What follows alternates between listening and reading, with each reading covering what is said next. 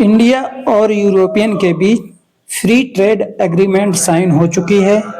इस एग्रीमेंट को mother of all deals कहा गया है। इंडिया दुनिया का फास्टेस्ट ग्रोइंग इकोनॉमी है। क्या कारण है कि यूरोपियन यूनियन अब जाकर इंडिया के साथ फ्री ट्रेड एग्रीमेंट की है? लोग यूएसए द्वारा ईरान को धमकाना, वेनेजुएला पर कब्जा करना, ग्रीनलैंड को कब्जा करने का दावा करना, ये सब देख ही रहे। इस समय जियो पॉलिटिक्स बहुत खराब चल रही है।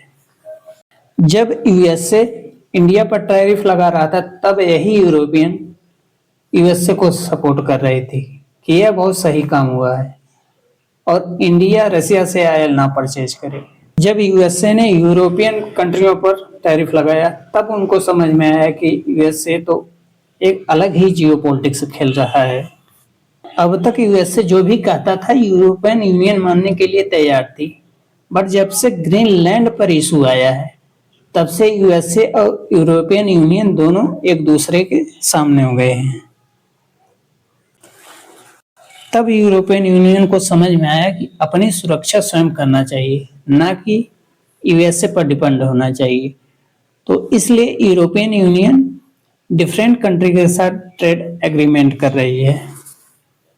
अभी हाल में ही यूरोपियन यूनियन ने मर्कासुर ट्रेड एग्रीमेंट साइन की है।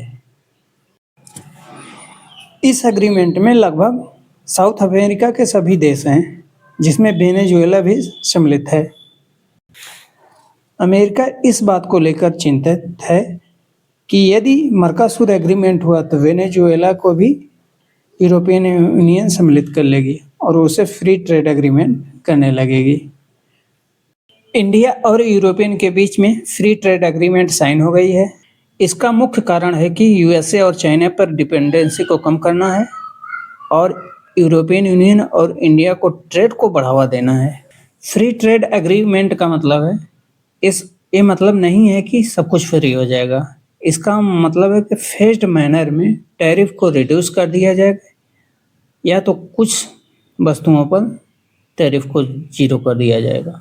लग्जरी आइटम जैसे ऑडी, बीएमडब्ल्यू और भी कारें हैं जो यूरोपियन यूनियन से आती हैं, उस पर टैरिफ 110% से घटाकर 40% कर दी जाएगी।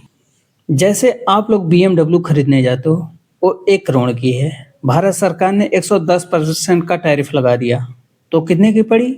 2 करोड़ 10 लाख का। अब क्या होगी? वो 40% हो गई, मतलब वो 1 करोड़ 40 लाख में मिलेगी।